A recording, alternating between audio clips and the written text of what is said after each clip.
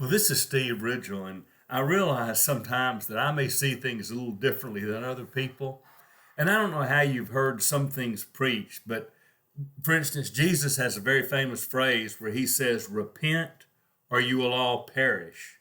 Now, a lot of people preach that as some kind of fire and brimstone, and if you don't repent, you're going to go to hell, and you better.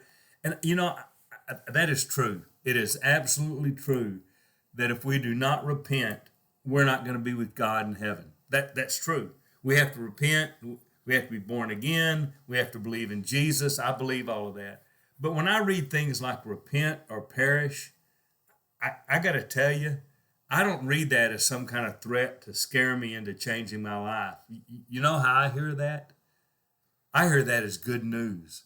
The God of heaven sent his son Jesus, who said, listen, you're not living right. You're away from God. You need to be reconciled to God. You need to spend eternity with God. And to do that, you get a chance to repent. I think that is good news that the God of heaven looks at us and says, for all you have done, I'm still going to give you a chance. Just repent.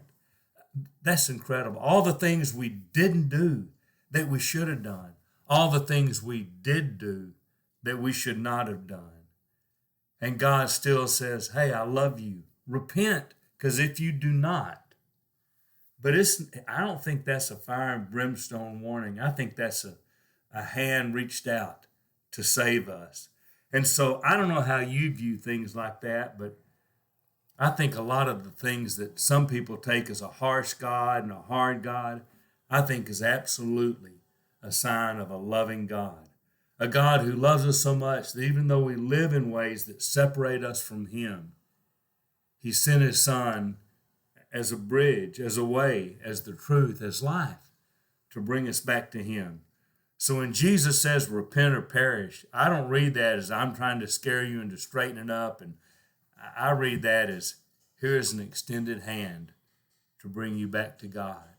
And I'm going to tell you that is good news. So as for me, I take advantage of that.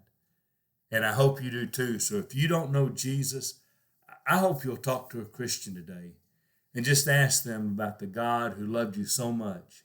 He let his son die so you could repent and not have to perish.